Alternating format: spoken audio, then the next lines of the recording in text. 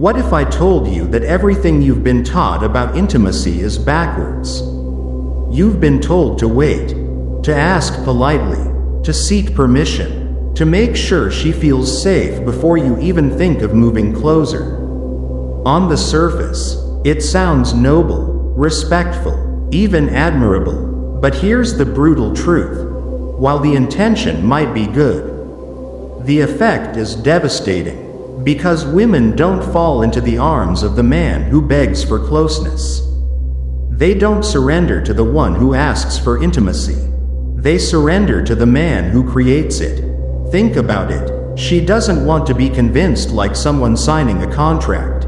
She wants to be led into an experience that feels inevitable, like gravity pulling her in. Not pressure, not pleading. Just an undeniable force she can't resist. When you understand this, something shifts inside you. You stop asking for scraps of approval. Because you realize she'll offer it all, willingly, breathlessly, desperately, not because you demanded it, but because you awakened it. This isn't a cheap tactic. It's not some manipulative trick. It's a psychological awakening. Both for you and for her. And when you experience it, you'll understand what real power actually feels like. One of the first lessons? You don't ask for intimacy. You awaken it. The very moment you ask, you've already surrendered your power. Not because your desire is wrong, but because needing her permission to act on that desire makes her body resist, even if her heart secretly wanted to say yes. Here's the hidden truth no one ever told you. You don't request intimacy from a woman. You create an atmosphere where her resistance dissolves by itself. Let's be crystal clear. This isn't manipulation. It's emotional leadership. It's about guiding her into a space where she feels safe, seen, and subtly claimed, where her body says yes long before her words do. So, how does this look in practice? You don't reach out with both hands like you're begging for something. You don't smother. Instead, you start with the air around her, with the space between your energy and hers. Because women don't say yes when they're asked. They say yes when they're moved. The man who understands this doesn't speak like he's making a request. His words feel like an invitation, carrying a hint of danger and mystery. He might say, "I don't want to rush this. I want to see if your energy matches mine." Or he might tease with, "I like the way you look at me when you're trying not to show it." Do you feel the difference? He doesn't beg. He builds tension. He creates a moment so charged that intimacy feels as if it's already happening. Quietly, invisibly, and all that remains is for her to surrender. This is the essence of the psychological shift. You don't ask with your mouth, you ask with your presence.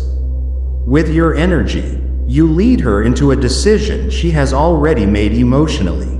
And in real life, it looks simple yet powerful. You hold her gaze just a heartbeat longer than necessary. You lower your voice, not to fake seduction, but to slow her thoughts down. You place one hand on her lower back, steady and intentional, not both. You lean back instead of forward. Because the man in control never chases, he pulls. Every move you make whispers, "I'm not waiting for permission. I'm waiting for alignment." And here's where it becomes even more fascinating. If she feels safe, she will move closer on her own. If she doesn't, she won't. But either way, you never asked. You never begged. You led. And that single distinction changes everything. Because the moment you stay calm and unbothered by her no, something subtle shifts inside her. Suddenly, her hesitation turns into curiosity. Why? Because now you're no longer the man who needs her to say yes. You've become the man who attracts yes without effort, as if it gravitates toward you naturally. And that's what makes her feel that giving herself to you is entirely her idea. That's not a trick. That's not a manipulation. That's Stoic seduction. And it never fails. Here lies the secret. The real art is making her believe it was hers all along. You want her to want you? Then stop trying to persuade. Stop trying to sell yourself.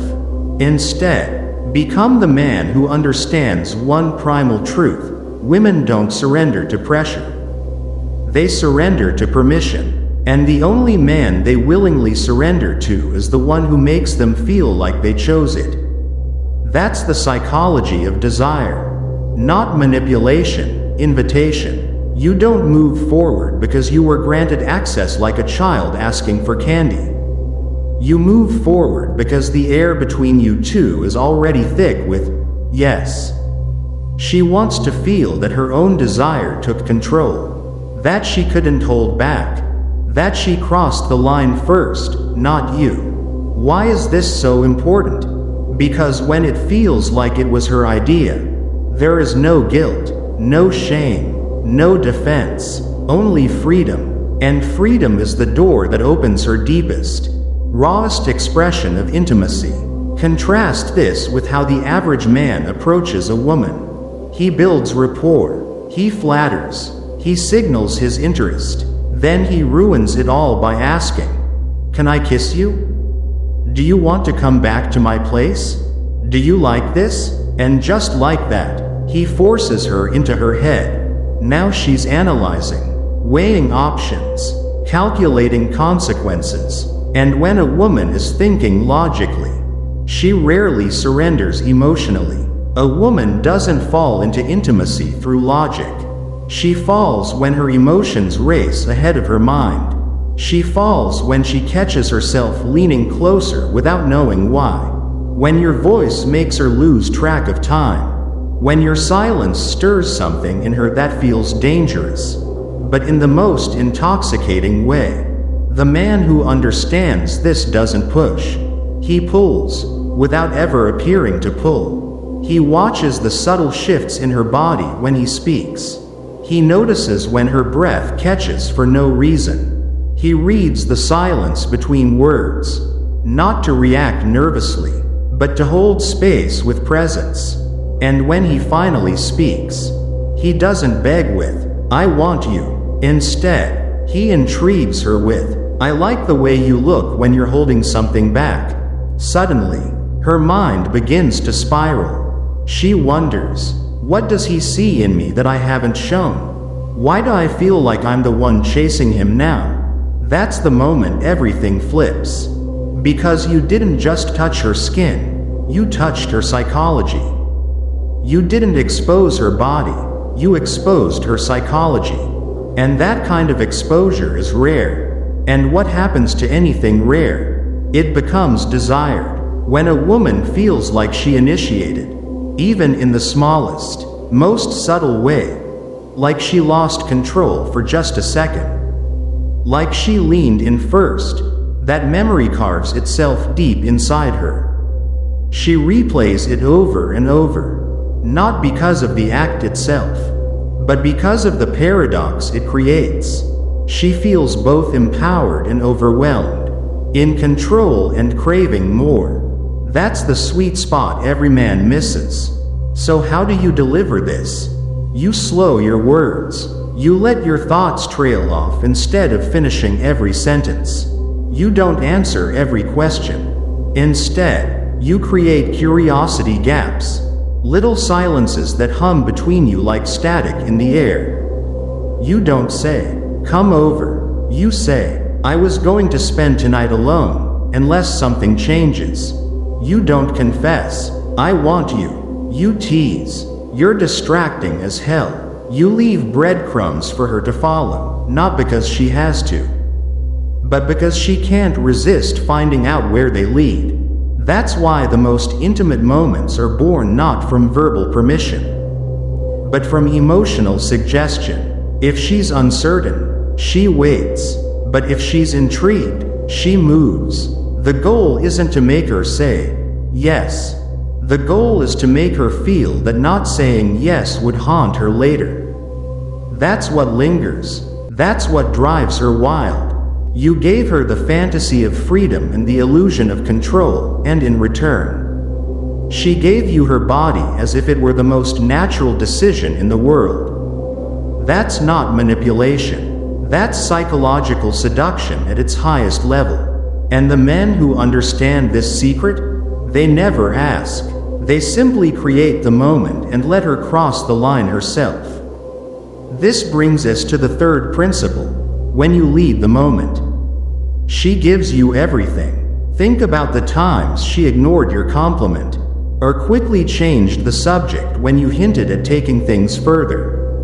Was it because she didn't want you? No, it was because you handed her the responsibility to lead, and she didn't feel safe doing it. Understand this. A woman only opens when she feels you already hold the frame. If she senses hesitation, doubt, or overthinking, her body shuts down. Deep down, her instinct tells her, "This man desires me, but he doesn't know how to lead me." And if you can't lead her emotionally, she'll never trust you with her body. Here's what most men miss. Women aren't waiting for permission to surrender. They're waiting for a man who knows how to hold that surrender once it's given. The man who speaks slowly. The man who moves with intention. The man who controls the tempo of the moment. Like a conductor leading a symphony. He doesn't need her to make a move. He sets the tone so clearly, so undeniably, that her only choice is to follow. Not because he forced her, but because he made it safe to let go. And make no mistake, safety doesn't mean softness.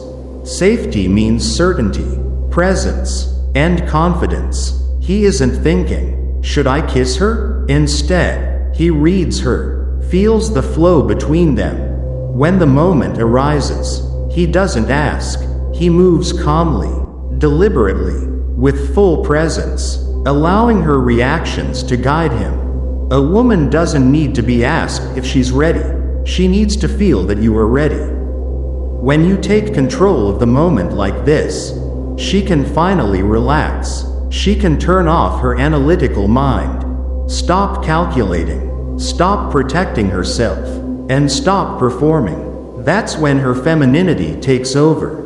That's when she responds physically without fully understanding why.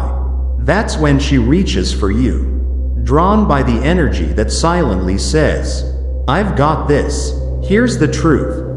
Most women have rarely, if ever, experienced that. They are used to men who rush, who apologize for wanting, who act bold until she pulls away, and then suddenly revert to insecurity. Trying to earn her again.